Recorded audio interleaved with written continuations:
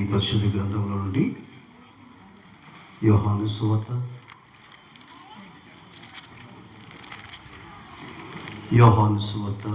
12వ అధ్యాయం.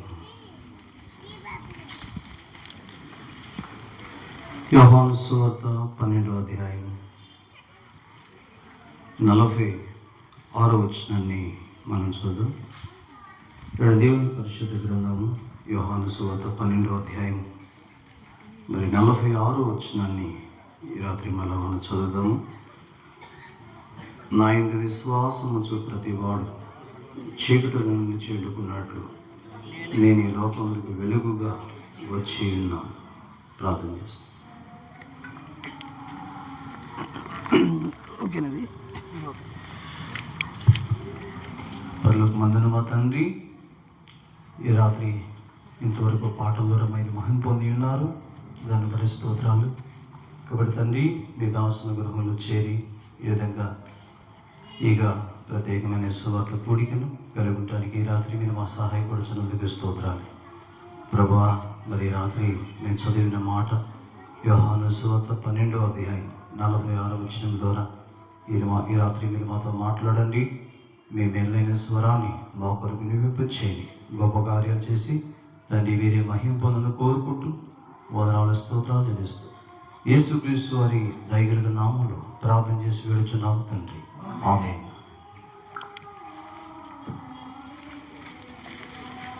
దయచేసి యోహాను సువార్త చదవండి. 12వ అధ్యాయం 46వ వచనం. నా యందు విశ్వాసముంచు ప్రతివాడు చీకటిలో నిలిచి ఉండకుండానట్లు నేను ఈ లోకమునకు వెలుగుగా వచ్చి ఉన్నాను.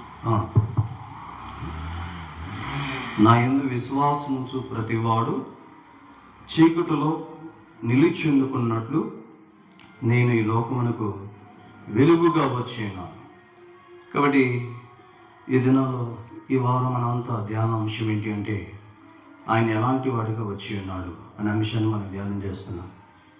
ఒకటిగా మనం చూస్తాం, ఈ వారంలో మనం చూస్తుంటే ఆయన ఒక మనుష్య కుమారుడిగా వచ్చి ఉన్నాడు అనే మాట కూడా మనం చూస్తూ వచ్చాం. రాత్రి కాలంలో వల్ల మనం చూస్తూ వచ్చాం ఆయన ఎలాంటి వాడికి వచ్చాయంటే ఆయన ఒక ఆశ్చర్యకరుడుగా వచ్చి ఉన్నాడు.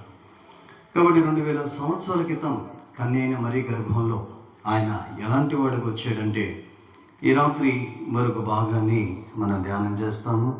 ఎలాంటి వాడికి వచ్చాడంటే యోహాను సువార్త 12వ అధ్యాయం 46వ వచనం మనం చూస్తే ఏమనంటే నా యందు విశ్వాసముంచు ప్రతివాడు చీకటిలో నిలిచి ఉండుకున్నట్లు నేను ఈ లోకములకు వెలుగుగా వచ్చి ఉన్నాను. కాబట్టి ఎలాంటి వాడికి ఈ లోకానికి యేసు ప్రభువు వారు వచ్చారంటే ఆయన వెలుగుగా వచ్చి ఉన్నాడు. దరిదాపు ప్రభు యేసుక్రీస్తు వారు ఈ లోకానికి రాక మునిపే కొన్ని వందల సంవత్సరాల క్రితమే ఆయన ఈ లోకంలో ఒక వెలుగుగా వస్తాడు, ఆయన ఒక నక్షత్రముగా మరి ఉద్భవిస్తాడు అనే ప్రవచనం రాయబడుతూ వచ్చింది. సంఖ్యాకాండం దయచేసి చూడండి. సంఖ్యాకాండంలో మరి ఆయన ఒక ఎలాంటి వ్యక్తిగా ఎలాంటి సూచనతో ఈ లోకంలోనికి వస్తారో అనే విషయాన్ని మనం చూస్తే నెంబర్స్ చాప్టర్ 24 verse 17 ఆయన చూచున్నాను కానీ ప్రస్తుతం ఉన్నట్టు కాదు, ఆయన చూచున్నాను కానీ సమీపం ఉన్నట్టు కాదు, నక్షత్రం యాకోబులో ఉదయించెను. కాబట్టి ఆయన ఒక వెలుగుగా, ఒక నక్షత్రముగా, ఒక దర్శనముగా ఆయన ఈ లోకానికి వస్తాడని కొన్ని వందల సంవత్సరాలకు ముందే ప్రవచనాలు రాయబడ్డాయి. అందుకనే తూర్పు దేశమున ఆయన నక్షత్రములు మేము చూచి అన్నారు. ఆయన ఈ లోకంలో ఎలాంటి వ్యక్తికి వచ్చాడంటే ఒక నక్షత్రం. ఒక మాట చెప్పాలి అంటే యేసుక్రీస్తు వారు ఆయన ఒక వేకువ చుక్కలాగా ఈ లోకానికి వచ్చాడు అనే మాట కూడా బైబిల్లో రాయబడుతూ వచ్చేది. ఎందుకంటే ఆయన కలిగింది సమస్తము వెలిగే. ఈ రాత్రి కొన్ని విషయాలు మీకు జ్ఞాపకం చేయాలి. కీర్తన 27కు మనం వస్తే, కీర్తన గ్రంథం దయచేసి 27 కీర్తనలో మనం చూస్తే మొదటి వచనాన్ని చూస్తే యెహోవా నాకు వెలుగు. చాలు, మన దేవుడు ఎవరండి? యెహోవా వెలుగైన వాడు. అందుకే యోహాను సువార్త 12వ అధ్యాయం 46వ వచనంలో యేసు ప్రభు ఏమన్నా అంటే నేను లోకమునకు వెలుగు. మత్తయి సువార్త 5వ అధ్యాయంలో కూడా నేను లోకమునకు వెలుగు.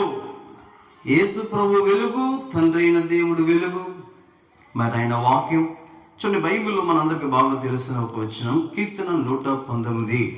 దయచేసి 105వ కీర్తనలో మనం చూస్తే, కీర్తన గ్రంథం 119వ కీర్తన 105 చదవండి. నీ వాక్యం నా పాదములకు దీపం, నా త్రోవకు వెలుగు. సో ఆయన వెలుగు, ఆయన కుమారుడు వెలుగు, ఆయన వాక్యం. అందుకే పేతురు రాసిన పత్రికలో 2వ పేతురు పత్రిక 1వ అధ్యాయం 19వ వచనంలో, పేతురు రాసిన 2వ పత్రిక దయచేసి 1వ అధ్యాయం 19వ వచనంలో, మరి ఎంతకంటే స్థిరమైన ప్రవచన వాక్యం మనకు ఉంది. తెల్లవారి వేకువ చుక్క హృదయంలో ఉదయించు వరకు ఆ వాక్యము చీకటి గల చోట్ల వెలుగిచ్చు దీపమైనట్టు దాని యందు మీరు లక్ష్యం ఉంచిన యెడల మీకు. కాబట్టి ఆయన వాక్యం కూడా వెలుగే, దేవునికి కలిగిన సమస్తము కూడా వెలుగే అనేది రాత్రి మనం అర్థం చేసుకోవాలి. ఇక ఒక మాటలో చెప్పాలి అంటే, ఆయన వస్త్రముల గురించి మనం ఆలోచన చేస్తే చూడండి, దేవుని వాక్యం నుంచి కీర్తన 104వ కీర్తనలో మనం చూస్తే, కీర్తన గ్రంథం ఆయన వస్త్రము వలె కప్పుకున్నాడు. అది ఏం కప్పుకున్నాడు చూస్తే మనం చూస్తాం. 104వ కీర్తన 2వ వచనాన్ని మనం చూస్తే చదవండి. వస్త్రము వలె వెలుగును నీవు కప్పుకొని. సో ఆయన వస్త్రాలే ఒక వెలుగు. అందుకని యోహాను సువార్త 17వ సువార్త 17వ అధ్యాయములో ఆయన గురించి రాయబడిన ఒక మాట మీకు జ్ఞాపకం చేయాలి. చూడండి, దేవుని వాక్యం మత్తయి సువార్త 17వ అధ్యాయం 2వ వచనంలో, ఆయన ముఖం సూర్యుని వల్లే ప్రకాశించుచున్నది. అంటే ఇక్కడ ఇంకొకటి కూడా వెలుగుంది, ఏంటంటే ఆయన ముఖం. అందుకే మన రహస్య పాపములు ఎక్కడ కనబడుతున్నాయంట? కీర్తన గ్రంథం దయచేసి 90, కీర్తన గ్రంథం మరి 90వ కీర్తన 90. ఈ సమయంలో మనం చూస్తాం 8వ వచనం చదవండి. మా దోషములు నీవు నీ ఎదుట ఉంచుకుని ఉన్నావు, నీ ముఖ కాంతి చాలు. అంటే ఇప్పుడు ఆయన ముఖము కూడా వెలుగే, ఆయన వస్త్రములు వెలుగే, ఆయన వాక్యం వెలుగే, ఆయన కుమారుడైన యేసుక్రీస్తు వారు కూడా వెలుగే, తండ్రి అయిన దేవుడు కూడా వెలుగే. అంటే ప్రభువు కలిగిన సమస్తం వెలుగే. ఆయన సన్నిధి చూడండి, సంఖ్యాకాండం దయచేసి 6వ అధ్యాయం దగ్గరికి మనం వస్తే, ఆయన సన్నిధి ఎలా ఉంది అనేది మనం చూస్తే, సంఖ్యాకాండం 6వ అధ్యాయం దయచేసి 26వ వచనాన్ని మనం చూస్తే చదవండి. యెహోవా నీ మీద తన సన్నిధి కాంతి ఉదయింపచేసి. అంటే ఇప్పుడు దేవుని సన్నిధి కూడా దేంతో ఉంది చెప్పండి? లైట్, వెలుగుతో, ప్రకాశముతో ఉంది. దేవుని సన్నిధి వెలుగుమయమై ఉన్నది అనేది కూడా మనం అర్థం చేసుకోవాలి. ఇంకా చెప్పొచ్చు, అయితే ఒక విషయాన్ని మనం జ్ఞాపకం చేసుకుందాం. ప్రకటన గ్రంథం 21వ అధ్యాయంలో ఆయన మరొకరికి సిద్ధపరిచే రాజ్యం ఎలా ఉంది?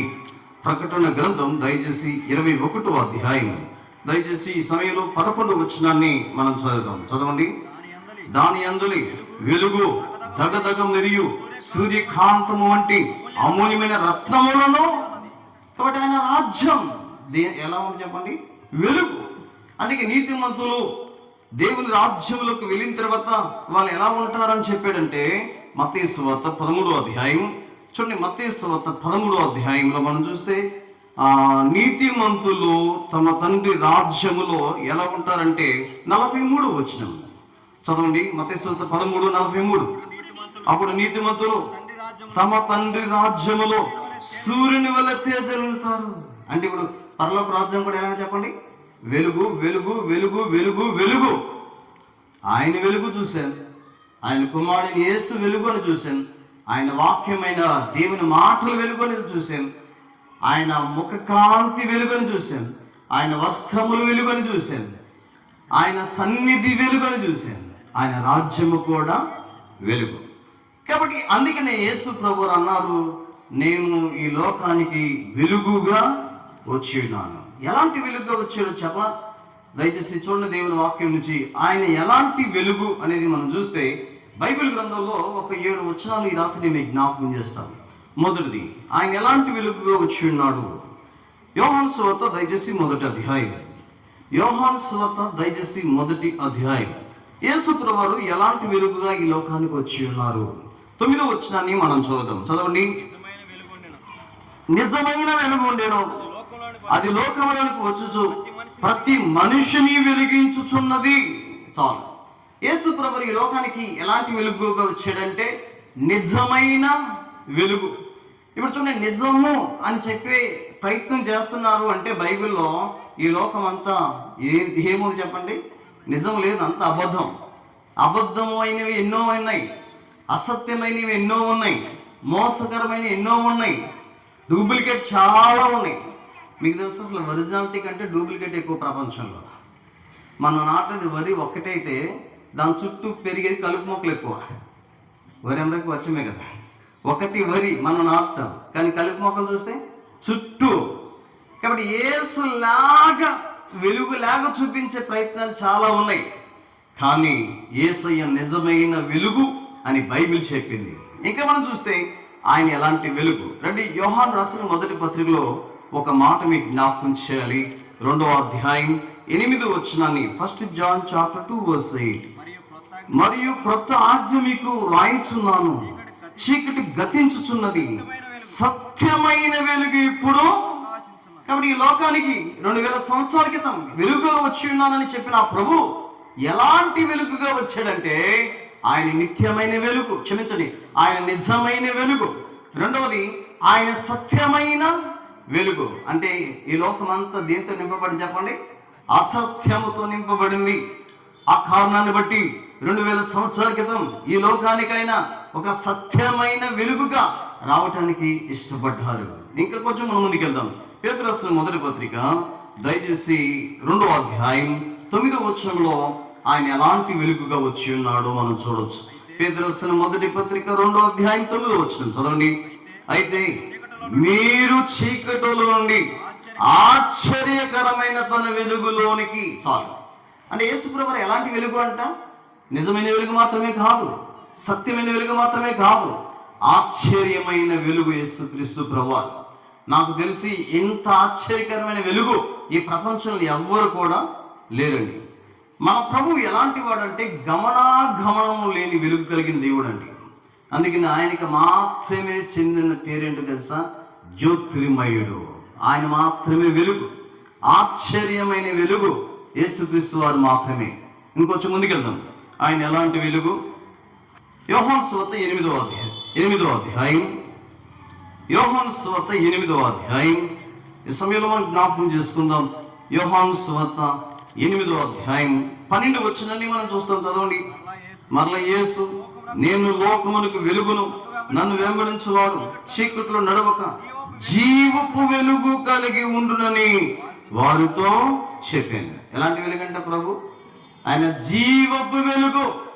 ఈ ప్రపంచం అంతా కూడా మృతులుగా జీవిస్తుండగా, ఈ ప్రపంచంలో ఉన్న ప్రతి వ్యక్తి కూడా మృతుడై జీవిస్తుండగా, పాపాన్ని బట్టి అపరాధాన్ని బట్టి మానవుడు మృతులైపోయి జీవిస్తుండగా ఈ లోకానికి ఒక్క వెలుగు వచ్చింది. యోహాను సువార్త 1వ అధ్యాయం 4వ వచనంలో మనం చూస్తే, యోహాను సువార్త 1వ అధ్యాయం 4వ వచనంలో మనం చూస్తే, ఆయనలో జీవము ఉండేను, ఆ జీవము మనుషులు వెలుగై ఉంది. అందుకని యేసుక్రీస్తు వారు యోహాను సువార్త 10వ అధ్యాయం 10వ వచనంలో, నేను జీవం ఇవ్వటానికి, గొర్రెలకు సమృద్ధైన జీవం ఇవ్వటానికి వచ్చి ఉన్నానని చెప్పాడు.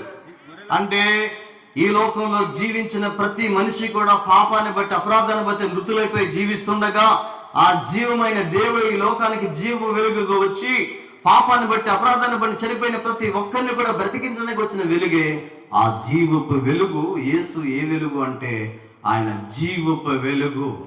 ఎన్ని నిమిషాలు మనం చూసాము? మొదటి వెలుగు ఎలాంటి వెలుగు చెప్పండి? నిజమైన వెలుగు. రెండో వెలుగు ఎలాంటి వెలుగు చెప్పండి? సత్యమైన వెలుగు. మూడో వెలుగు ఎలాంటి వెలుగు చెప్పండి? ఆశ్చర్యకరమైన వెలుగు. నాలుగో వెలుగు ఎలాంటి వెలుగు చెప్పండి? జీవపు వెలుగు. ఐదు మనం చూస్తే గొప్ప వెలుగు అన్నాడు. చూడండి, దేవుని పరిశుద్ధ గ్రంథం యెషయా గ్రంథం 9వ అధ్యాయం. యెషయా గ్రంథం దయచేసి 9వ అధ్యాయం. బైబిల్లో ఈ మాట మనం చూస్తాం. 2వ వచనాన్ని మనం చూద్దాం. చదవండి. చీకట్లో నడుచు జనులు గొప్ప వెలుగును చూచుచున్నారు. కాబట్టి ఈ లోకంలోనికి వచ్చిన ఆ ప్రభు యేసుక్రీస్తు వారు ఎలాంటి వెలుగు అంటే ఆయన గొప్ప వెలుగు. చీకట్లో జీవిస్తున్న ప్రతి వారిని వెలిగించడానికి ఈ లోకానికి వచ్చిన ఆ వెలుగు గొప్ప వెలుగు. అదే మాట మత్తయి సువార్తలో కూడా మత్తయి గ్రంథకర్త రాస్తూ వచ్చారు. మత్తయి సువార్త దయచేసి 4వ అధ్యాయం, దయచేసి మత్తయి సువార్త 4వ అధ్యాయం 12-16 కలిపి ఉన్న మాటలు మనం చూస్తే, జబులూను దేశమును, నఫ్తాలి దేశమును, యోర్దను అవతల ఉన్న సముద్ర తీరమున అన్యజనులు నివసించు గలిలయయు చీకట్లో కూర్చొని ఉన్న ప్రజలను గొప్ప వెలుగును. ఆయన ఒక గొప్ప వెలుగు. ఈ ప్రపంచానికి నిజమైన గొప్ప వెలుగు ఎవరంటే యేసు ప్రభువారు మాత్రమే. ఇంకా మనం చూస్తే అపొస్తలుల కార్యాల గ్రంథంలో మరి పౌలు అపొస్తలులు ఇచ్చే సాక్ష్యం కనుక మనం చూస్తే, అపొస్తలుల కార్యముల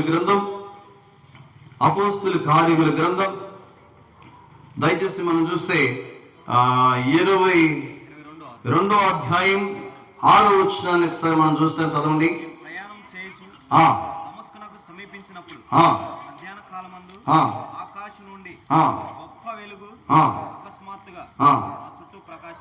చూడండి ఎలాంటిదంట, ఇక్కడ ప్రకాశమానమైన ఒక వెలుగు అన్నాడు. అపొస్తలుల కార్యాల గ్రంథంలో 22వ అధ్యాయంలో కింద చెప్పాడు ఆయన. ఆ మాటల వల్ల చెప్తాడు. అపొస్తలుల కార్యముల గ్రంథం దయచేసి మనం చూస్తే 9వ అధ్యాయంలో కూడా ఈ సంగతి జరిగింది. అపొస్తలుల కార్యాల గ్రంథం దయచేసి 9వ అధ్యాయం మనం చూస్తే అక్కడ కూడా ఏ మాట వాడాడంటే చూడండి, చదవండి. అపొస్తలుల కార్యముల గ్రంథం 9వ అధ్యాయంలో ఒక నిమిషం మనం చూస్తాం. అపొస్తలుల కార్యాల గ్రంథం 3వ వచనం చదవండి. అతడు ప్రయాణం చేయొచ్చు దమస్కు దగ్గరికి వచ్చినప్పుడు అకస్మాత్తుగా ఆకాశం నుండి ఒక వెలుగు అతని చుట్టూ ప్రకాశించెను. ఈ వెలుగు ఎలాంటి వెలుగు అంటే ఒక ప్రకాశమానమైన వెలుగు. ఎలాంటి వెలుగు అంటే ప్రకాశమానమైన వెలుగు. 26-13 వచ్చినప్పుడు మనం చూస్తే రాజా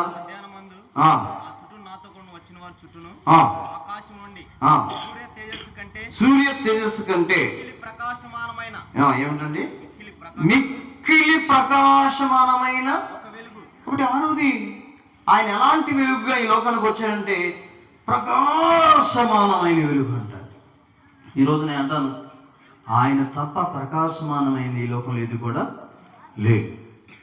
ఈ ప్రపంచంలో మనం చూస్తే ప్రతి వెలుగు వేరే వెలుగుల మీద ఆధారపడితేనే వచ్చే వెలుగులు, అంతేనా కదంటే? అవును. నిజానికి చెప్పాలంటే ఏ లైటింగ్ అయినా సరే ఒక విధంగా చెప్పాలంటే దేవుడు లేకపోతే అసలు వెలుగే లేదు. మీకు తెలుసా, అసలు ఆది కాండాన్ని మీరు గనక చాలా జాగ్రత్తగా అర్థం చేసుకుంటే ఒకసారి ముందుకెళ్దాం. ఆది కాండం 1వ అధ్యాయం, ఆది కాండం 1వ అధ్యాయం 1వ వచనం నుంచి మనం చూద్దాం. చదవండి. ఆదియందు దేవుడు భూమి ఆకాశమును సృజించెను. భూమి నిరాకారంగాను శూన్యముగాను ఉండెను. చీకటి అగాధ జలముల మీద అల్లాడుచుండెను. దేవుడు వెలుగు కమ్మని పలుకగా వెలుగు కలిగెను. వెలుగు మంచిదైనట్టు దేవుడు చూచెను. దేవుడు వెలుగును చీకటిని వేరు పరుపుగా దేవుడు వెలుగును పగలని చీకటికి రాత్రిని పేరు పెట్టాను. అస్తమయమును ఉదయమును కలుగగా ఒక దినం. ఇది ఈరోజు కాదండి, లేకపోతే ఈరోజు చెప్తారా? ఈరోజు ఏమవారం? గురువారం అంటారేమనుకున్నా. ఇది ఏ రోజు? మొదటిది. మొదటి రోజే వెలుగుని చీకటిని వేరు చేసినట్లు మనం చూస్తాం. మొదటి రోజే అస్తమయము ఉదయం అయినట్లు మనం చూస్తాం. మరి అస్తమయం ఉదయము రాత్రి దేన్ని బట్టి అవుతుంది చెప్పండి? మనకు తెలిసి మనందరం చదువుకున్నాక కాస్త కాస్త. ఇప్పుడు రాత్రి పగలు ఎలా ఏర్పడుతున్నాయి? ఎలా ఏర్పడతాయండి? సాయంత్రం అయితే రాత్రి అవుతుంది, ఉదయం అయితే పగలు అవుతుంది. సరే, భూమి తన చుట్టూ తాను తిరుగుతుంటే ఏమవుతుందంటే రాత్రి పగళ్ళు ఏర్పడతాయి లేదా? ఏర్పడతాయి. దేనిని బట్టి ఏర్పడతాయంటే సూర్యుడిని లైట్ను బట్టి భూమి ఇలా తిరిగినప్పుడు రాత్రి, సూర్యుని వైపు తిరిగినప్పుడు పగలు. మరి సూర్యుని ఎప్పుడు చేశాడు ఆయన? రండి దేవుని వాక్యం ఆదికాండం 1:14 చదవండి. దేవుడు పగటిని రాత్రిని వేరుపరచున్నట్లు ఆకాశ విశాలమందు ఎప్పుడు చేశాడు? ఎన్నో రోజు ఇది? 4వ రోజు సూర్యుని చేశాడు. మరి అప్పటి వరకు ఉదయం పగలు ఎలా? అప్పటి వరకు వేరుగా చీకటి పగలు ఎలా వచ్చింది? దట్ ఈస్ ఆయనే వెలుగు అని చెప్పే ప్రయత్నం అది. ఆయనే వెలుగు కనుక రాత్రి పగలని అప్పటికి ఇంకా సూర్యుడు లేడు, అప్పటికి ఇంకా చంద్రుడు లేడు. 4వ దినం ముందు ఉన్నవన్నీ కూడా ఏ వెలుగును బట్టి రాత్రి పగలైనవి అంటే యెహోవాయే, ఆయనే నిజమైన మిక్కిలి ప్రకాశమానమైన వెలుగు. ఇప్పుడు 6 విషయాలు మనం చూసాం. సో మొదటి ఎలాంటి వెలుగు ఆయన అంటే చెప్పండి, నిజంగా చెప్పండి, నిజమైన వెలుగు. రెండోది ఎలాంటి వెలుగు? సత్యమైన వెలుగు. మూడోది ఎలాంటి వెలుగు? ఆశ్చర్యకరమైన వెలుగు. నాలుగోది ఎలాంటి వెలుగు? జీవపు వెలుగు. ఐదోది ఎలాంటి వెలుగు? గొప్ప వెలుగు. ఆరోది ఎలాంటి వెలుగు అంటే ప్రకాశమానమైన వెలుగు. ఇప్పుడు ఆయనే ఎలాంటి వెలుగుగా ఉన్నాడు అంటే చూడండి, యెషయా గ్రంథం దయచేసి 60. యెషయా గ్రంథం దయచేసి 60వ అధ్యాయం 20వ వచనంలో మనం చూస్తే, నీ సూర్యుడికను అస్తమింపడు, నీ చంద్రుడు క్షీణింపడు, యెహోవాయే నీకు నిత్యమైన వెలుగు. చాలండి. ఎవరండి వెలుగు ఇప్పుడు? యెహోవా. ఎలాంటి వెలుగు చెప్పండి? నిత్యము. రేపు పొద్దున్న మనం పరలోకంకి వెళ్ళిన తర్వాత మనం చూసే గొప్ప దర్శనం ఏంటో తెలుసా? ప్రకటన గ్రంథం 21వ అధ్యాయం 23వ వచనాన్ని మనం చూస్తాం. ఆ పట్టణంలో ప్రకాశించుటకు సూర్యుడైనను చంద్రుడైనను వారికి అక్కర్లేదండి. దేవుని మహిమయే దానిలో ప్రకాశిస్తుందండి. గొర్రె పిల్లయే దానికి దీపం. జనములు దాని వెలుగునందు సంచరింతురు.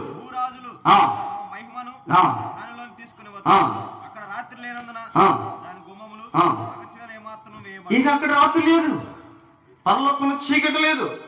పరలోకంలో లేనివి 7 విషయాలు ఉన్నాయి, పరలోకంలో ఉన్నవి 7 విషయాలు ఉన్నాయి. ఇంకెప్పుడని చెప్తాను, ఇప్పుడు చెప్పే టైం అయిపోయింది. దాంట్లో ఏంటంటే చీకటి లేదు. పరలోకంలో ఎప్పుడు వెలుగే. ఎందుకు వెలుగు చెప్పండి? ఎప్పుడు వెలుగంటే పవర్ కట్ అనేది ఉండదు అక్కడ, కరెంటు పోయే పని ఏమి ఉండదు అక్కడ. ఏ వెలుగు అక్కడ ప్రకాశిస్తుందంటే దేవుడైన ప్రభువే, గొర్రెపిల్లైన ప్రభువే, ఆయన కుమారుడిని యేసే మన కొరకు ఆయన ప్రకాశించుచుంటాడు. ఆ వెలుగులు మనం అంటాం. అదే నిత్యమైన వెలుగు, ఎప్పుడూ ఉండే వెలుగు, నీతిమంతులు సంచరించే వెలుగు, యుగయుగాలు ఉండే వెలుగు, దగదగ మెరిసే వెలుగు, పరలోక రాజ్యం. అయితే ఇప్పుడు ఎందుకు ఆయన ఈ లోకానికి వెలుగుగా వచ్చాడు అంటే మీరు గమనించారు లేదో, ప్రతి సందర్భంలో ఒక మాట రాయబడింది, చీకటిలో. చూడండి ప్రజలు ఎలా ఉన్నారు అంటే, నేను ఒక 5 వచనాలు మీకు గుర్తు చేస్తాను. మొదటిది, చీకటిలో మనుషులు నడుచుచున్నారు అనే మాట మనం చూసాం. యెషయా గ్రంథం 1వ అధ్యాయం 9వ వచనంలో, యెషయా గ్రంథం 9వ అధ్యాయం 2వ వచనం చూడండి. యెషయా గ్రంథం 9:2లో మనం చూసాము. ఏం రాసి అంటే చీకటిలో నడుచు జనులు. ఇంకా చెప్పాలంటే చీకటిలో కూర్చున్న జనులు అన్నాడు. మనందరూ గమనించారా? మత్తయి సువార్త 4లో చూడండి, చీకటిలో నడిచే జనులు, చీకటిలో కూర్చున్న జనులు అన్నారు. చూసారు చూడండి, గలిలయయు చీకటిలో కూర్చి ఉన్న ప్రజలు. యోహాను సువార్త 12లో చీకటిలో నిలిచిన అనే మాట వాడాడు. చూశారు మీరు? యోహాను సువార్త 12:46లో మనం చూస్తే, యోహాను సువార్త 12వ అధ్యాయం 46 వచ్చింది. చదవండి. ప్రతివాడు చీకటిలో నిలిచి. అదేంటి? మన బ్రతికేంటి తెలుసా? చీకటిలో కూర్చున్నాం, చీకటిలో నడుస్తున్నాం, చీకటిలో నిలబడ్డాం. అసలు ఇంకా చెప్పాలంటే మన భోజనం కూడా చీకటే అంటది. యెషయా గ్రంథం, క్షమించండి, ప్రసంగి గ్రంథం 5వ అధ్యాయం 17 వచ్చాం అనుకుంటా. ఏమన్నాడు చదవండి ఒకసారి. ప్రసంగి గ్రంథం, వారు భోజనం కూడా ఎక్కడ చేస్తారంటే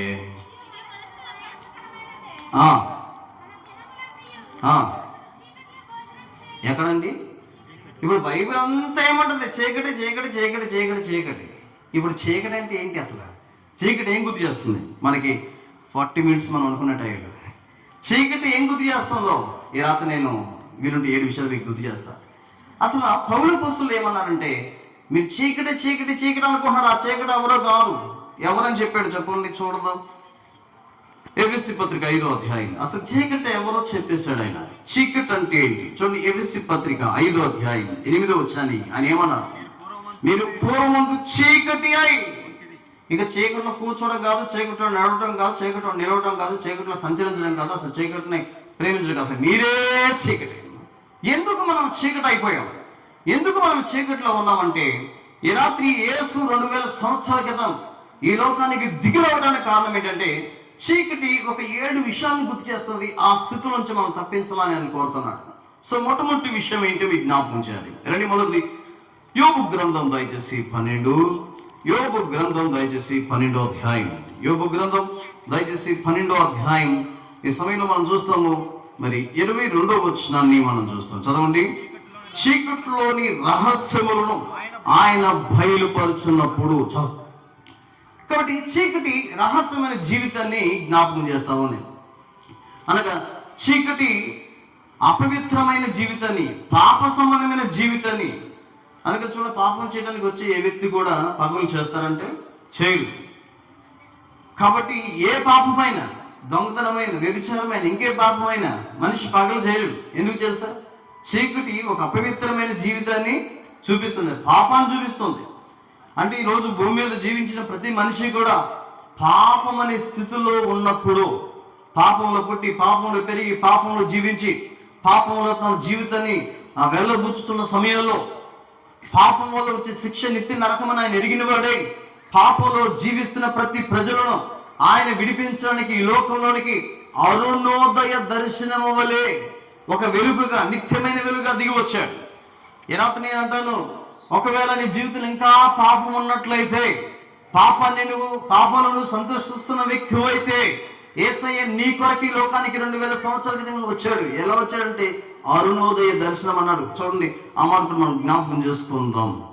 దేవుని వాక్యం లూకా సువార్త దయచేసి 1వ అధ్యాయం చదవండి. చివరి మాటల్లో మనం చూస్తే ఇక్కడ కూర్చున్న వారికి వెలిగించుడికై ఆ మహావాత్సల్యమును బట్టి పైనుండి ఆయన మనకు అరుణోదయ దర్శనం వలె ఎందుకు వచ్చాడు తెలుసా? పాపంలో జీవిస్తున్న నిన్ను, పాపంలో నడుస్తున్న నిన్ను, పాపంలో సంతోషిస్తున్న నిన్ను, పాపంలో సంచరిస్తున్న నిన్ను, పాపంలో కూర్చున్న నిన్ను, పాపం నుంచి ఆయన విడిపించడానికి ఆయన ఈ లోకానికి వచ్చాడు. ఈ రాత్రి ఆ నిజమైన వెలుగు, నిత్యమైన వెలుగు, ప్రకాశమైన వెలుగు, జీవ వెలుగైన యేసుక్రీస్తు వారు 2000 సంవత్సరాల క్రితం నీ కొరకు లోకానికి వచ్చినప్పటికీ కూడా నీ జీవితం ఇంకా మారకపోతే, అగ్ని గంధకలతో మండే గుండానికి ఒక దినం నువ్వు వెళ్ళిపోక తప్పదు. అది చివరి చీకటి యొక్క స్థానం అనేది మనం చూస్తాం. సో మొదటిది, చీకటి మనకేం గుర్తు చేస్తుందంటే పాప సంబంధమైన జీవితాన్ని చూపిస్తుంది. రెండోది, చీకటి మనకి ఏం గుర్తు చేస్తుందంటే, చూడండి ఒక మాట మనకి జ్ఞాపకం చేసుకుందాం. యెషయా గ్రంథం 58వ అధ్యాయం దయచేసి 20వ వచనాన్ని మనం చూస్తాం. యెషయా గ్రంథం 58వ అధ్యాయం 20వ వచనం చదవండి.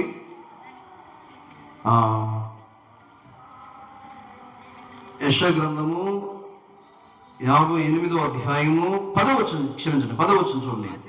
ఆశించిన దాన్ని ఆకలి గొన్నవానికి ఇచ్చి శ్రమపడిన వానికి తృప్తిపరిచిన ఎడల చీకట్లో నీ వెలుగు ప్రకాశించను, అంధకారం నీకు మధ్యాహ్నం వలె. కాబట్టి చీకటి రెండోది జ్ఞాపకం చేసే రెండవ విషయం ఏంటి అంటే అంధకారాన్ని చూపిస్తుంది, గుడ్డితనాన్ని చూపిస్తుంది. యోహాను రాసిన మొదటి పత్రిక 2వ అధ్యాయం 11వ వచనం కూడా అదే మాట మనం చూస్తాం. యోహాను రాసిన మొదటి పత్రిక 2వ అధ్యాయం 11వ వచనం చూడండి. ఏం చెప్పాడు ఆయన? తన సహోదరుడు ద్వేషించువాడు చీకట్లో ఉండి చీకట్లో నడుచున్నాడు, చీకటి అతని కళ్ళకు గుడ్డితనం, అంధకారాన్ని కలిగి చేస్తాడు. అంటే ఈరోజు చాలా మంది భూమి మీద ఎలా ఉన్నారంటే గుడ్డితనం, గుడ్డిగా నమ్ముతారు. ఏదైనా గుడ్డిగా. ఇప్పుడు చూడండి, నేను అంటాను ఖచ్చితంగా చాలా మంది వారు సేవిస్తున్న దేవుడు ఎవరైతే ఉన్నారో వారిని గ్రహింపుతో సేవించే వాళ్ళు చాలా తక్కువ. 100 మంది దేవుణ్ణి ఆరాధిస్తున్నారంటే దాంట్లో ఏదో కొంతమంది మాత్రమే గ్రహింపుతో ఆరాధిస్తున్నారు. కొంతమంది ఎందుకు ఆరాధిస్తున్నారంటే నాకు తెలియదు, మా నాన్న ఆరాధించి నేను ఆరాధిస్తున్నాను. మరి వాళ్ళ నాన్న దగ్గరికి వెళ్ళి అడిగాము, ఎందుకు ఆరాధిస్తున్నాను? నాకు తెలియదు. మా నాన్న ఆరాధిస్తాను, నేను ఆరాధిస్తాను. ఇక వాళ్ళ నాన్నకి వెళ్ళిపోతే అసలు అక్కడ క్వశ్చన్ మార్క్ అయ్యాలి. ఇంకా అది రియాలిటీలోకి వచ్చి ఆరాధించేది ఎవరు? అరే నేను నమ్ముతుంది, నేను విశ్వసిస్తుంది, నేను ఆరాధిస్తుంది, నేను వెంబడిస్తుంది, నేను అనుసరిస్తుంది నిజమేనా అని గ్రహింపు ఎవరికి ఉంది? అందుకని ఈరోజు మనిషి ఒక అంధకారంలో ఉన్నారు. బైబిల్ చెప్పింది. రోమా పత్రిక దయచేసి 1వ అధ్యాయం, రోమిలకు రాసిన పత్రిక దయచేసి 1వ అధ్యాయం చూడండి. ఏమైపోయింది అంటే మనిషి జ్ఞానం అంతా ఏమైపోయిందో చూస్తే రండి. దేవుని వాక్యం 21వ వచనాన్ని మనం చూస్తే, మరియు వారు దేవుని ఎరిగి వాడు దేవునిగా మహిమపరచలేదంట, కృతజ్ఞతాస్తులు చెల్లింపలేదు, తమ వాదమును విరుద్ధమైపోయారు, వారి అవివేక హృదయం అంధకారం అయిపోయింది, తమ జ్ఞానమని చెప్పుకొనొచ్చు బుద్ధిహీనులైరి. వారు ఈ మాటలు మీరు బాగా గమనించండి. వారు అక్షయుడకు దేవుని మహిమను క్షయుల యొక్క మనుషుల యొక్క పక్షుల యొక్క చతుష్పాద జంతువుల యొక్క పురుగుల యొక్క ప్రతిమా స్వరూపంగా.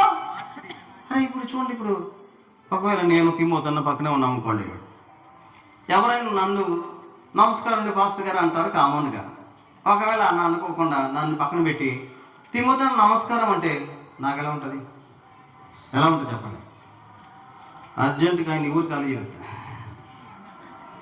అంటే చూడు, సహజంగా నేను ఒక పాస్టర్ కాబట్టి నాకు రావాల్సిన ఘనత నేను పక్కన వాళ్ళకి వెళ్తే నేను ఒప్పుకోను. మరి ఇప్పుడు దేవుని మహిమను మనుషుల యొక్క ఏమంటే పశువులు, పురుగులు, చతుష్పాద జంతువులు అంటే మనిషి అంత అజ్ఞానంలోకి వెళ్ళిపోయాడంటే, అంటే ఈరోజు మనిషి దేంట్లో జీవిస్తున్నాడు అంటే అంధకారం. తెలియట్లా, సత్యం ఏంటో తెలియట్లా. ఒకవేళ సత్యం అని అరే ఇప్పుడు సృష్టికర్తని పక్కన పెట్టి సృష్టాన్ని నమ్మితే అది తప్పు కదా. సృష్టికర్తను విడిచిపెట్టి ఇప్పుడు నేనేమంటాను చూడండి, ఎంత మనిషి ఎంత అజ్ఞానం అంటే అయితే యేసు ఎందుకు ఈ లోకానికి వెలుగు వచ్చి అంటే అంధకారములో ఉన్న వ్యక్తులకు ఆయన తను తాను బయలుపరుచుకున్నాడు. అందుకే యోహాను సువార్త 4వ అధ్యాయంలో ఆయన వచ్చి అన్నాడు,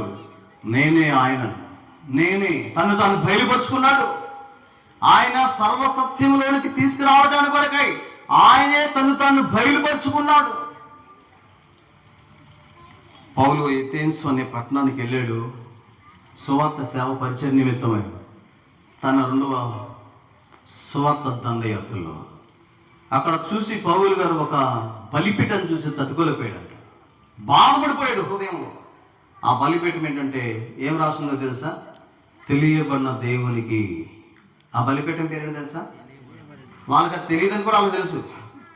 వాళ్ళ డౌట్ ఏంటంటే ఒకవేళ మనం అనుకుంటున్నట్టు ఇది దేవుడు కాకుండా ఇంకెవరైనా ఉండుంటే మళ్ళీ ఆయన కోపం వస్తుందేమో.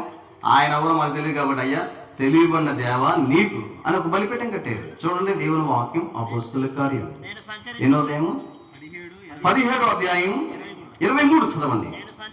నేను సంచరించుచు మీ దేవతా ప్రతిమను చూచుచుండగా ఒక బలిపీఠం నాకు కనబడది, దాని మీద తెలియబడిన దేవునికి. ఎందుకని మంచిది ఒక బోర్డు పెట్టారు. ఒకవేళ ఆయన కోపం వస్తుందేమో, ఎందుకని మంచిది పిల్లరా. ఈ రాత్రి మానవుడు అంధకారంలో ఉన్నాడు, ఈ రాత్రి మానవుడు అజ్ఞానంలో ఉన్నాడు. ఆ కారణాన్ని బట్టి 2000 సంవత్సరాల క్రితం నిజమైన వెలుగు, సత్యమైన వెలుగు ఈ లోకానికి వచ్చింది. అంధకారంలో ఉంటున్న ప్రతి వాడిని, అందుకే చీకటిలో ఉండి ఆశ్చర్యకరమైన వెలుగులోనికి వాళ్ళని తీసుకొచ్చింది. ప్రభుకు స్తోత్రాలు. మనం ఆ వెలుగును చూసాం, ఆ వెలుగును అనుసరిస్తా ఉన్నాము కాబట్టి దాన్ని బట్టి మనం ధన్యులు అని చెప్పాలి. ఇంకొంచెం ముందుకెళ్తాం. చీకటి మనకి ఏం గుర్తు చేస్తుందంటే పాపాన్ని మాత్రమే కాదు, అంధకారమైన జీవితాన్ని మాత్రమే కాదు. కీర్తన 104 చదవండి. కీర్తన గ్రంథం 104 11వ వచనం 14వ వచనం మనం చూద్దాం. కీర్తన గ్రంథం 104వ కీర్తన 11, 14 చదవండి.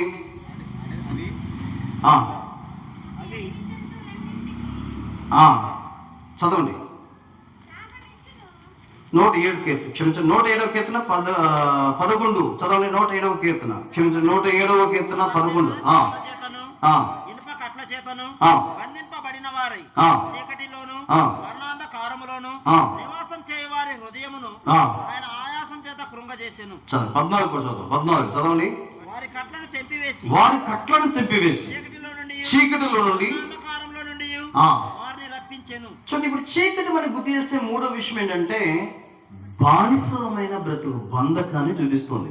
యెషయా గ్రంథం 48:6 కూడా మనం చూస్తే, యెషయా గ్రంథం 48వ అధ్యాయం 6 మనం చూస్తే, నీవా సంగతి విని ఉన్నావు,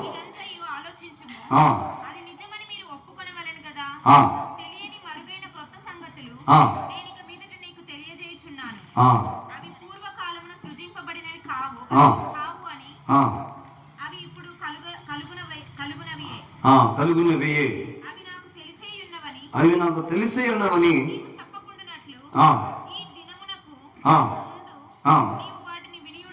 చాలు.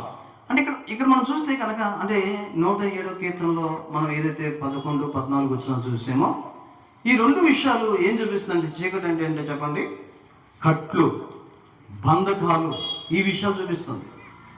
ఈరోజు నేను అంటాను, చాలా మంది జీవితాలు ఇదే అనుభవం. ఏంటి అనుభవం అంటే, వారు చీకటిలోనే ఉన్నారు, బంధకంలోనే ఉన్నారు. అందుకనే మనము యెషయా గ్రంథంలో 48:58 మనం చూస్తే, దుర్మార్గులు కట్టిన కట్లు విపుట, కాడి మానమోకులు తీయట, బాధింపు వాడు విడింపుట, ప్రతివాడు కాడి వెలుగుగొట్టుట అన్నాడు. అంటే ఇప్పుడు చూడండి, చాలా మంది దేంట్లో ఉన్నారంటే ఒక బంధకం. ఇది ఒక చీకటిని చూపిస్తుంది.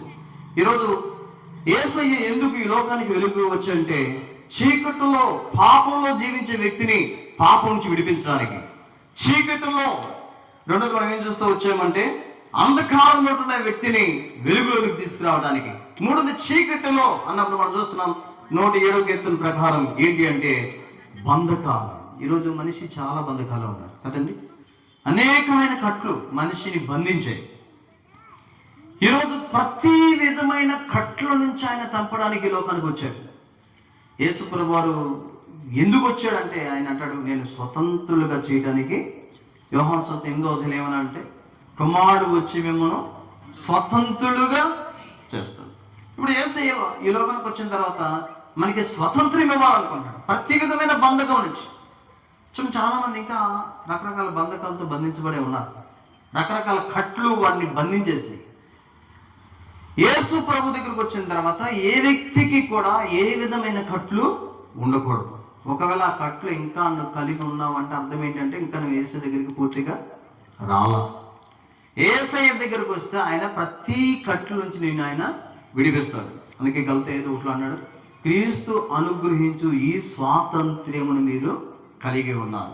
యేసు ప్రభు 2000 సంవత్సరాల క్రితం సిలువ మీద మరణించి, ఆ సిలువ రక్తం ద్వారా మనలో ఉంటున్న ప్రతి విధమైన పాప సంబంధమైన ప్రతి విధమైన బంధకాల నుంచి ఆయన మనల్ని విడిపించాడు. 116వ కీర్తనలో కూడా ఆయన అంటాడు, కీర్తనకారుడు, నీవు నా కట్లు తెంపి ఉన్నావు, ఇదిగో నేను నిన్ను స్తుతిస్తున్నాను, ఇదిగో నేను నిన్ను ఆరాధిస్తున్నాను. ఎందుకు ఆరాధిస్తామంటే నా కట్లు ఆయన తెంపి ఉన్నాను. ఇంకా మనకి ఏం చూపిస్తుంది చీకటి? చూడండి, అపోస్తలుల కార్యాల గ్రంథం దయచేసి 26వ అధ్యాయం దగ్గరికి మనం వద్దాం. అపోస్తలుల కార్యములు 26వ అధ్యాయం ఏం చూపిస్తుంది చీకటి? ఇది కూడా మనం చూద్దాం ఈ రాత్రి. వారు చీకటిలో నుండి వెలుగులోనికి, సాతాను అధికారంలో నుండి దేవుని వైపునకు తిరిగి. మరొకసారి చదవండి, మరొకసారి ఏమన్నాడండి? వారు చీకటిలో నుండి వెలుగులోనికి, సాతాను అధికారంలో నుండి. చాలు. అంటే ఇప్పుడు చీకటి అంటే మనకి ఏం గుర్తు చేస్తున్నాం? ఒకటి మొదట మనం ఏం చూస్తాం? చీకటి అంటే పాపాన్ని చూసాం. రెండోది చీకటి అంటే ఏం చూస్తున్నాం? అంధకారాన్ని చూస్తున్నాం. మూడోది చీకటి అంటే ఏం చూస్తున్నాం? బంధకాన్ని చూపిస్తుంది. నాలుగోది చీకటి అంటే ఏం చూపిస్తుంది? మనకి బైబిల్ ఏం చూపిస్తుంది అంటే ఇక్కడ సాతాను అధికారం. అదే చెప్పాడు కదా. ఏమన్నాడంటే 18 వచ్చిన మరొకసారి చదవండి. అపోస్తలుల కార్యాలు 26:18 చదవండి. మధ్యలో వచ్చి వారు చీకటిలో నుండి వెలుగులోనికి, అనగా సాతాను అధికారంలో నుండి. ఇప్పుడు చీకటి అంటే ఇక్కడ చాలా క్లియర్గా చెప్పింది ఏంటంటే సాతాను అధికారం. ఈరోజు చూడండి, యేసయ్య భూమి మీదకి రాకపోతే మనమందరం ఒక చెరలో ఉన్నాం. ఏ చెర తెలుసా? సాతాను చెర. తిమోతిలకు రాసిన పత్రిక చూడండి, మనం ఏ చర్యలో ఉన్నామో కూడా మనం చూస్తాం. చూడండి, తిమోతిలకు రాసిన 2వ పత్రిక 2వ అధ్యాయం 23, 24 లేదా 24, 26 చదవండి. సత్య విషయమైన అనుభవ జ్ఞానం వారి కలుగుటికై దేవుడు ఒకవేళ ఎదురాడ వారికి మారు మనసు దయచేయను, అందువలన సాతాను తన ఇష్టము చొప్పున చెరపట్టబడిన వీరు చాలు. అంటే ఇప్పుడు ప్రతి మనిషి ఎవరి అధికారం కింద ఉన్నారు చెప్పండి భూమి మీద? సాతాను. నిజమే. నేను అనుకుంటున్నాను చాలా మంది సాతాను చేత నడిపించబడి సాతాను స్వాధీనంలో ఉన్నారు. అందుకే చూడండి, చాలా మందికి తప్పు చేయాలని ఇష్టం లేదు, కానీ వాడు నడిపిస్తాడు. చేయకూడదు అనుకుంటారు కానీ చేస్తారు, తినకూడదు అనుకుంటారు కానీ తింటారు, అమ్మో తాగకూడదు అనుకుంటారు కానీ తాగుతారు, అక్కడికి వెళ్ళకూడదు అనుకుంటారు కానీ వెళ్తారు. ఇది ఎవరు నడిపిస్తున్నారు చెప్పండి? నేను అందుకే చెప్పాను, ప్రపంచంలో 2 శక్తులు ఉన్నాయి. ఏ శక్తి చెప్పండి? ఒకటి యేసయ్య శక్తి, రెండోది సైతాన్ శక్తి. యేసయ్యకు నువ్వు ప్రధాన స్థానం ఇస్తే ఎవరికి ప్రధాన స్థానం ఇవ్వవు చెప్పండి? సైతానికి. సైతానికి ప్రధాన స్థానం ఇస్తే యేసయ్యని అక్కడ పెట్టేస్తారు, లాస్ట్లో పెట్టేస్తారు. పక్కన కూర్చోను, కొంచెం పక్కన కూర్చో. మన పనులన్నీ అయిపోయిన తర్వాత అప్పుడు లాస్ట్ గారు ఉన్నాడు లా అన్న కొంచెం అప్పుడే వెళ్తాం కదా, స్టేజ్ మీదకి వెళ్తాం కదా, స్లీప్ వస్తుంది, దయచేసి కొంచెం దూరం నుంచి వచ్చారు, మరి కొంచెం 5 నిమిషాలు దయచేసి వాక్యాన్ని ముగిస్తే. ఇప్పుడు ఎవరికి ప్రధాన స్థానం ఇచ్చాము? మన లోకానికి. ఈరోజు నేను అంటాను, సాతాను చేత నడిపించబడే ప్రతి ప్రజలను విడిపించడానికి ఆయన ఈ లోకానికి వచ్చాడు. అందుకే అపవాది క్రియలను లయపరచడానికి నేను వచ్చాను అన్నాడు ఆయన. యోహాను రాసిన మొదటి పత్రిక 3వ అధ్యాయం 8వ వచనమా?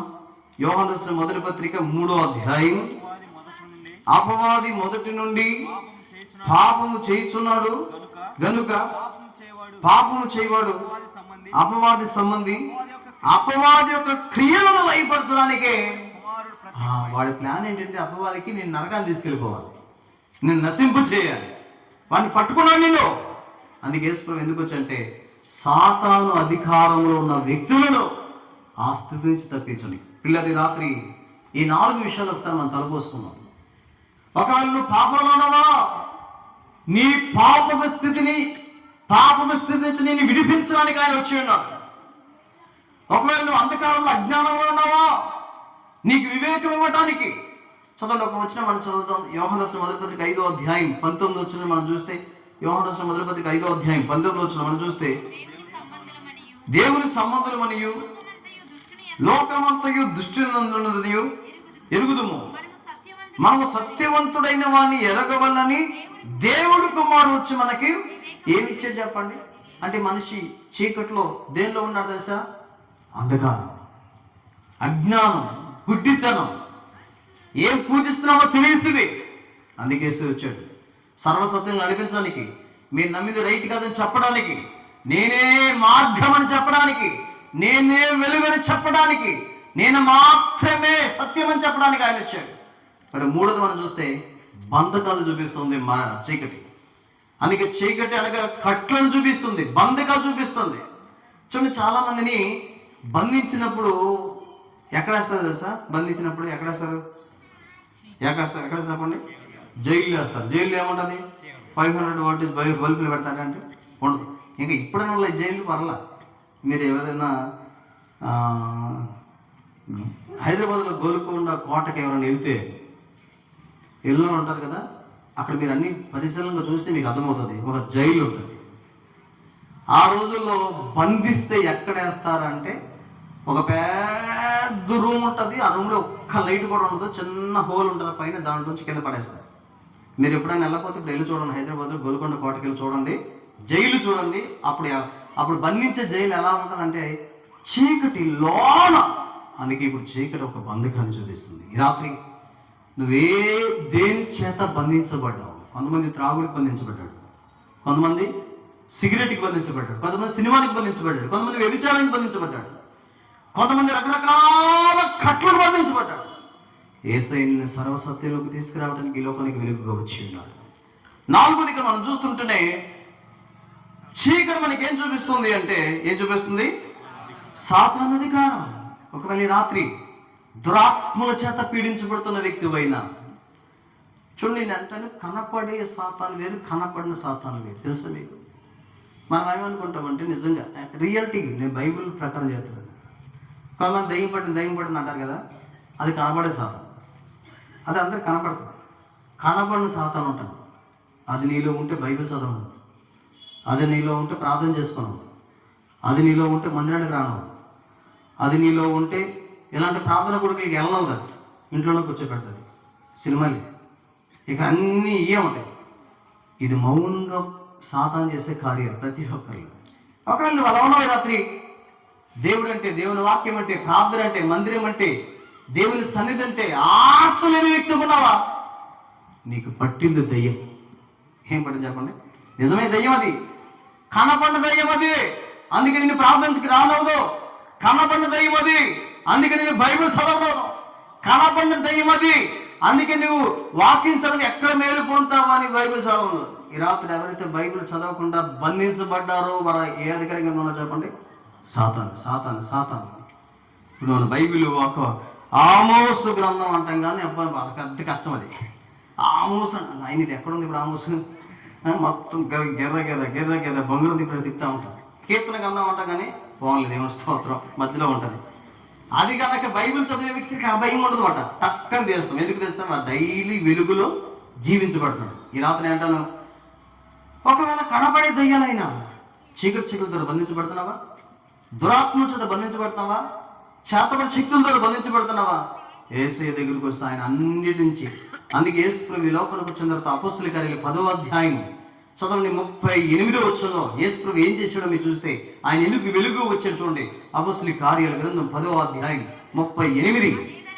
అది ఏదనగా దేవుడు నజరేయుడైన యేసు పరిశుద్ధాత్మతోనూ శక్తితోనూ అభిషేకించినదే దేవుడు ఆయనకు తోడైండును గనక ఆయన మేలు చేయుచు అపవాది చేత పీడింపబడిన వారందరినీ అది అందుకు వచ్చాడు ఆయన. సాతాను చేత బంధించబడి జీవిస్తున్న ప్రతి ఒక్కరిని సాతాను అధికారం నుంచి విడిపించడానికి, సాతాను బంధకం నుంచి విడిపించడానికి, సాతాను చేతుల నుంచి విడిపించడానికి, సాతాను చెర నుంచి విడిపించడానికి అని వచ్చాడు. ఇంకా నువ్వు చెరలో ఉన్నామంటే అర్థం ఏంటంటే యేసు దగ్గరికి ఇంకా రావాలి.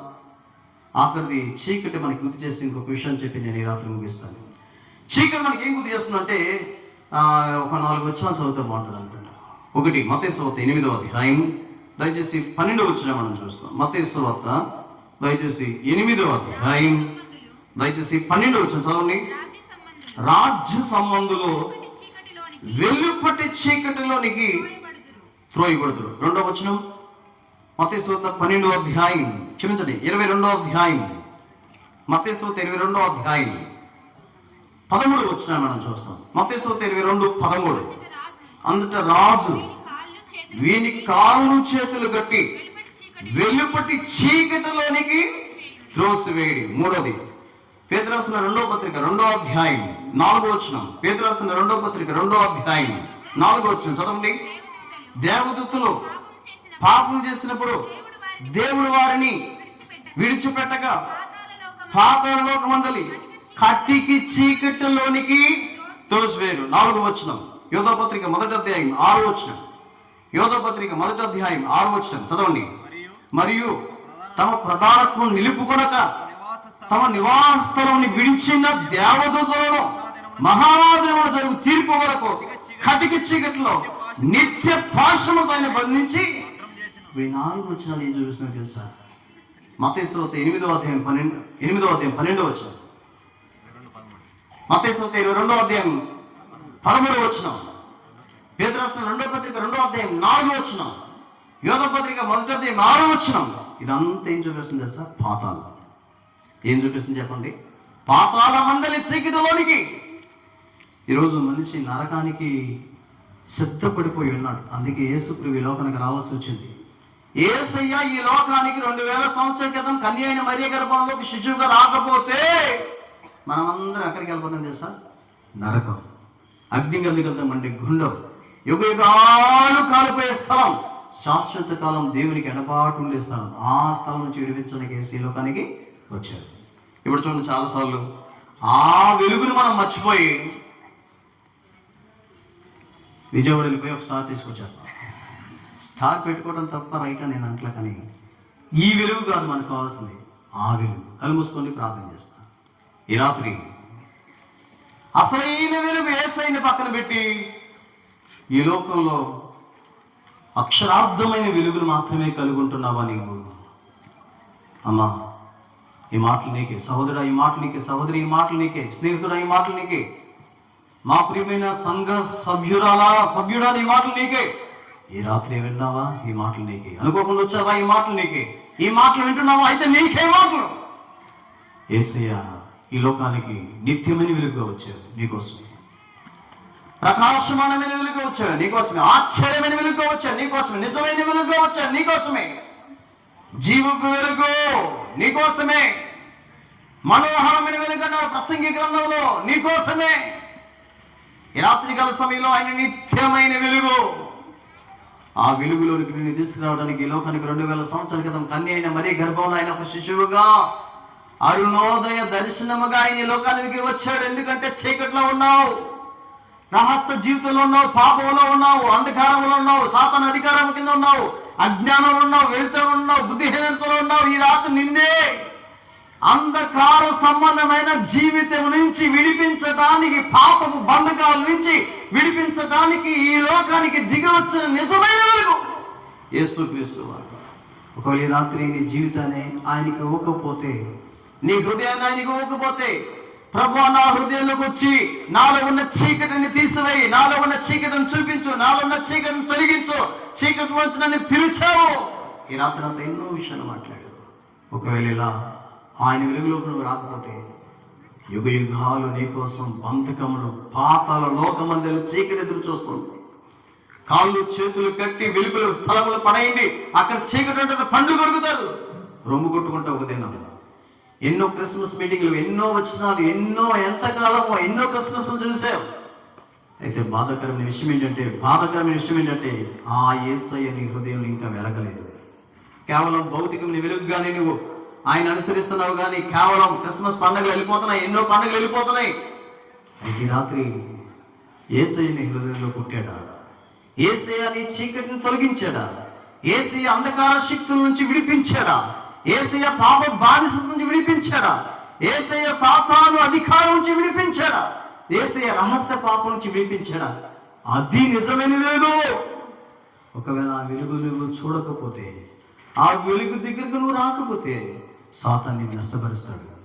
ఆయన నిన్ను మందిరానికి రానివాడు, ఆయన నిన్ను బైబిల్ చదవనివాడు, ఆయన నిన్ను ప్రార్థన చేసుకునేవాడు, ఆయన సన్నిధిని దూరం చేస్తాడు.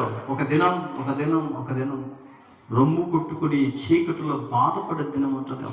అప్పుడు అర్థమవుతాయి, అయ్యో ఈ వెలుగు నా దగ్గరికి వచ్చినా నేను అంగీకరించలేదే, ఆ వెలుగు నేను కలిగలేకపోయాను. ప్రభువా, ఈ రాత్రి నాతో మాట్లాడుతున్నాను. ఒకవేళ నిజంగా ఆ వెలుగు నీకు కావాలంటే, ఆ వెలుగు నీ జీవితంలో నిజంగా ఆహ్వానిస్తే వెంటనే ప్రభుత్వం, ప్రభు నేను పాపిని, నాలో ఉన్న చీకటిని తీసివేయి, నాలో నిజమైన వెలుగు తెచ్చేయి, నీ వెలుగు నేను కలిగి ఉండాలని కోరుతున్నాను.